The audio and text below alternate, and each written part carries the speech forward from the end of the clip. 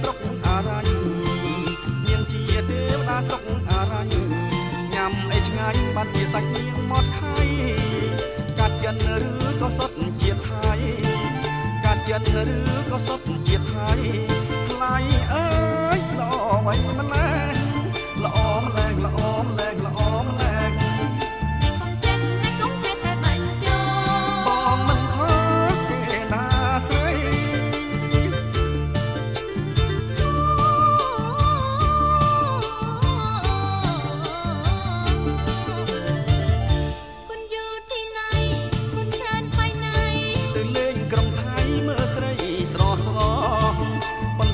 ចិនចង់ប្រាទាំងអង្គ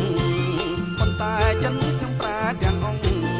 សូមស្លាប់រួមនឹងស្រុកអារ៉ាញ់នេះហើយទេគុំក៏ហំបងអើយទេគុំក៏ហំបងអើយពិតហើយជឿបងទេមិនជឿទេមិនជឿទេព្រមខ្មែរស្មោះណាស់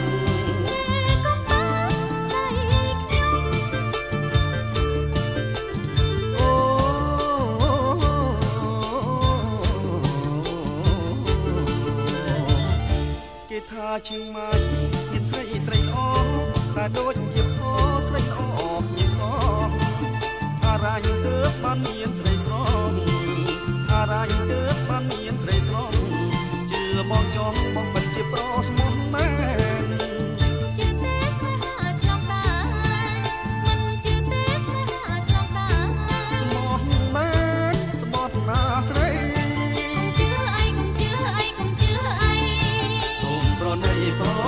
ប្រណីបងដូនដីរួងស្រីហើយ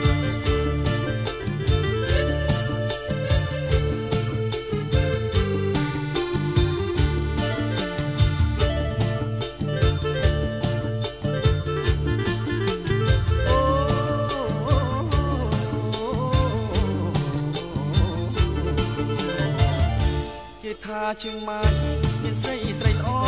តែដូច